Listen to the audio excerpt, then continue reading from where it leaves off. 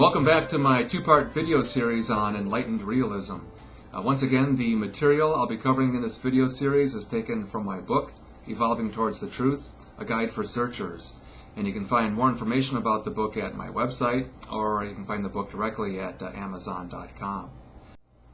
In the first video, I described the general tenets of Enlightened Realism. In this video, I want to be more specific and cover some of my actual beliefs. Now, I want to say up front that this should not be viewed as a catechism or a list of things that one should believe. In fact, if there's anything an enlightened realist should believe, it's that it's incumbent upon him or her to determine what's reasonable, what's tenable, and what they should base their spirituality or their spiritual beliefs upon. As an enlightened realist, this is what I've come to believe. There's no evidence for God or gods. There's no justification for believing in an invisible, all-knowing, all-powerful deity who allegedly had no actual beginning and telepathically knows our every thought and desire. What I find most intriguing about Christianity and other monotheistic religious systems is the accepted, unquestioned notion that God used to speak directly to certain select individuals thousands of years ago, but for some intriguing reason has decided not to reveal himself to us directly since then. Theists generally contend that God created the entire universe and all of its awesome galaxies, quasars, and billions of planets. This God created life along with the necessary DNA and the complex structures of the cell. He allegedly created us as well as our complex bodies and brains. Now, if this were all true, this incredibly intelligent being would arguably be even more awesome than its mere creations.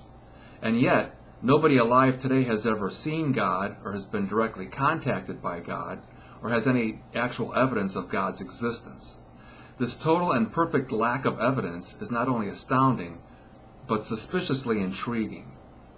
Today we have radios, televisions, cell phones, email, and the internet. We have satellites in outer space, an orbiting space station, and orbiting telescopes.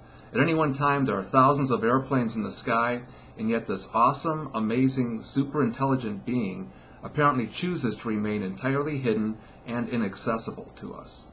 If God actually exists, he prefers to play a cosmic game of hide and seek, unable or unwilling to communicate with us directly.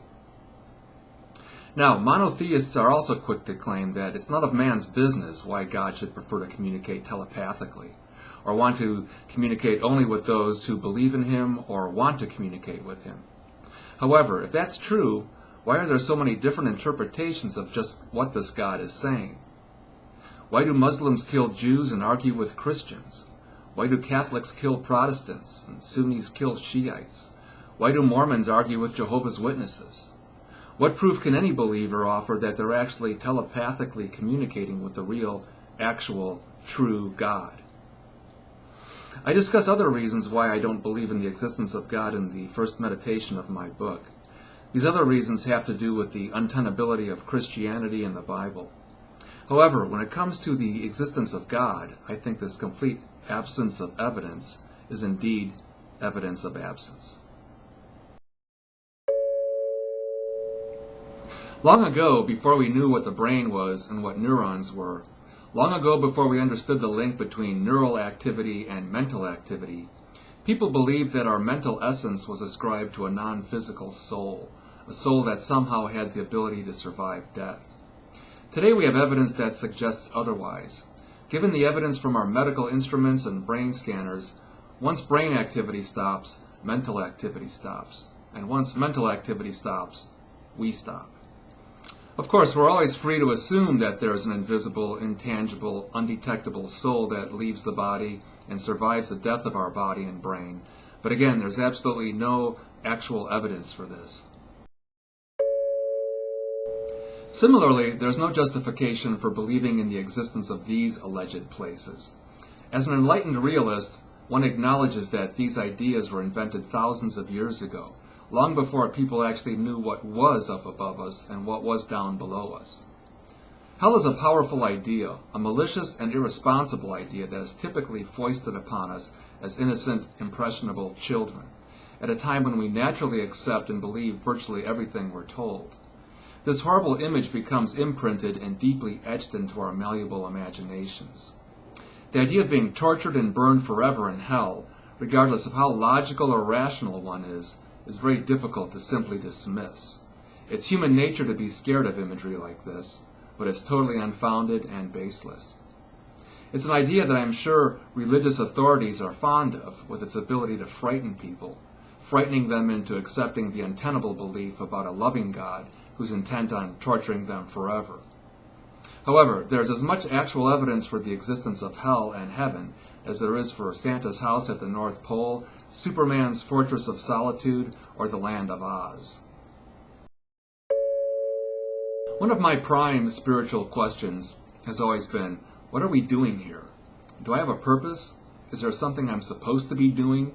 Is there some preordained task that I should be performing? As an enlightened realist, I contend that the only logical conclusion is that there isn't. Teleology, or the idea that there is some future objective or distant goal towards which the universe is heading, presupposes that there's some being, some intelligence behind it. It presupposes that this being wants something, wants the universe to be in some preferred state, but for some cosmic reason, it wasn't able to achieve it immediately and directly, and is instead influencing or controlling us, or the forces of nature, to achieve its goal. However, once you acknowledge that there's no evidence for such a cosmic superbeing or a God, the concept of teleology implodes.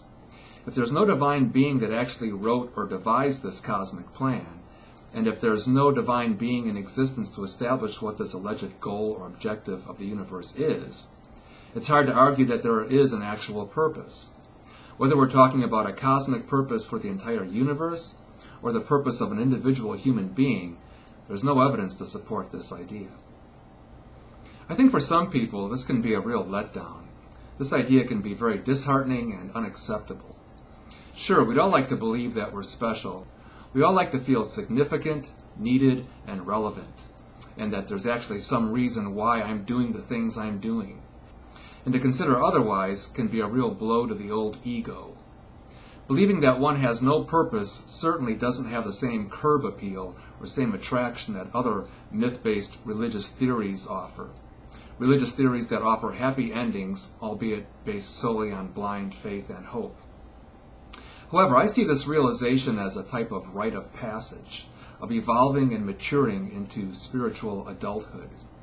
As children, we once believed in fairy tales and myths. However, at some time, we eventually realized that no, there's no Santa Claus, sadly, there's no Easter Bunny, and no Tooth Fairy. On one hand, these may have been sad revelations.